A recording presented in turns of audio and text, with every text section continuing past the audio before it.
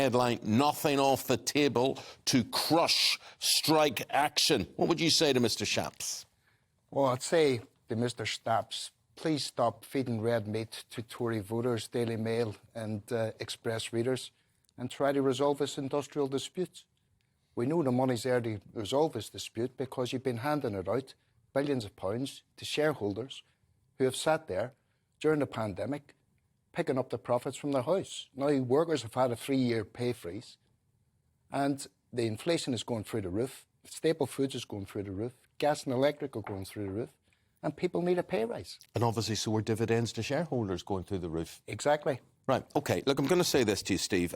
There seems to be a blanket ignorance amongst the media when it comes to union grievances, which basically the attitude is, you're wrong, you have to be wrong, you've no right to do what you want to do. I mean, the language here, we're seeing Britain will not be held to ransom. What I want to know from you, and I want you to explain to people out there, what is the grievance? What is the issues that you're looking to put right? And I ask people to listen to this and then judge if they were a member of the RMT, if they were in one of these jobs, would they feel the need to go on strike or not?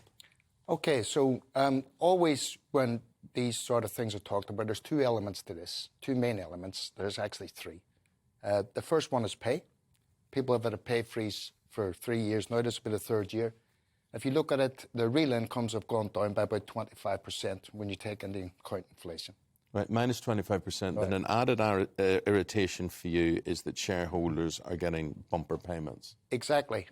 Shareholders, right during the pandemic, when not a wheel was turning, not a train was running, these shareholders were still able to extract billions of pounds of profit and from the railway industry, and they would go into their bank balance. And that is infuriating people. I would say there's something else here which Grant Shapps isn't being honest about. And he's looking to get rid of thousands of your members. They're looking to make cost savings, and they're looking to put people on the dole. Well, they're using the excuse of the pandemic to carry out far-reaching restructurings that they've had on the table for 20-odd years, and they could never get through. So what they want to do, instead of using technology to make people's life easier, and they have people with a shorter working week, they want to use technology to get rid of bodies and make people work longer because they'll have to cover other people's jobs. Now, you're talking about 10,000 people going out of the railway industry. And Shapps' answer to this is, well, you know, we'll bring in a load of untrained agency staff, and somehow that's going to look after the safety of the travelling public. I'm going to say, and this is where I sit and you listen to things, and I mean, I'll cut through the rhetoric first. He's talking, how can I put it politely? He's talking rubbish. Because first of all, these agency workers don't exist.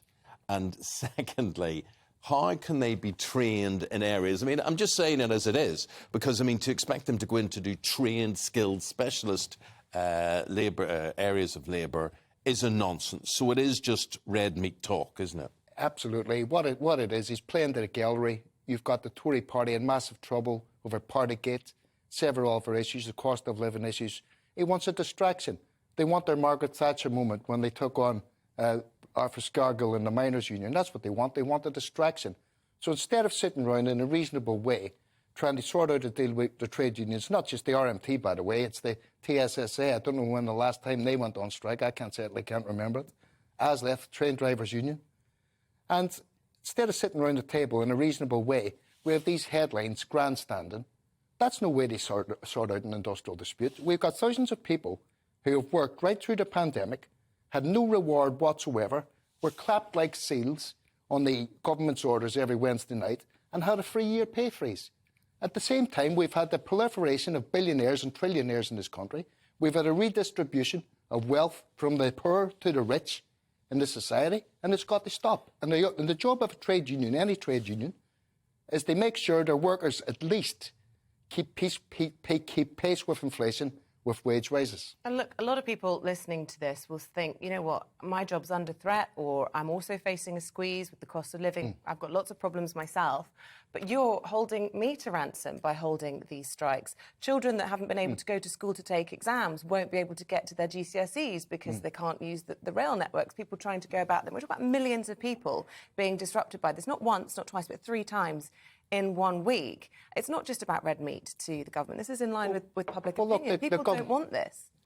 Public opinion from people you meet, public opinion from working class people out there.